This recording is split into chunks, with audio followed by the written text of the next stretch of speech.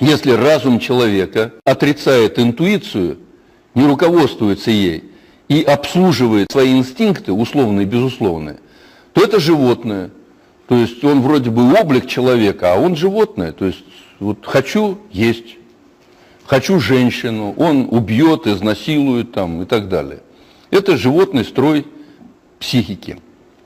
Если разум человека обслуживает привычки автоматизма и отрицает тоже интуицию, то это зомби.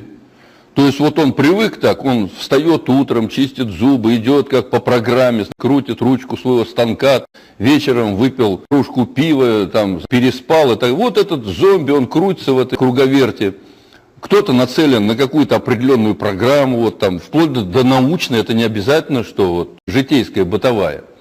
Это люди такие зомби, они, то есть по рельсам, по программе идут. Если разум человека умело управляет привычками, автоматизмами, инстинктами, но отрицает интуицию, это демон. Он наслаждается своим умом, своей волей, какой он весь из себя.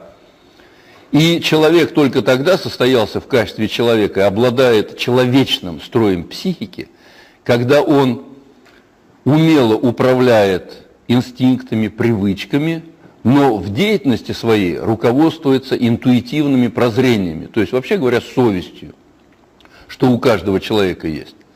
Вот исходя из этого можно говорить 4 строя типа психики, то есть человечный, демонический, зомби и животный. И еще есть 5-й строй, это опущенный ниже животного. То есть в нашем обществе сейчас есть люди, которых и с животными сравнивать плохо. Животные гораздо лучше себя ведут. Это те, которые употребляют алкоголь, наркотики, вы видели, то есть от них уже и от животного вот ничего не осталось. То есть это опущенные ниже даже животного уровня.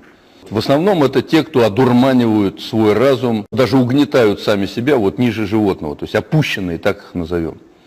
Вот эти 5 типов психики есть.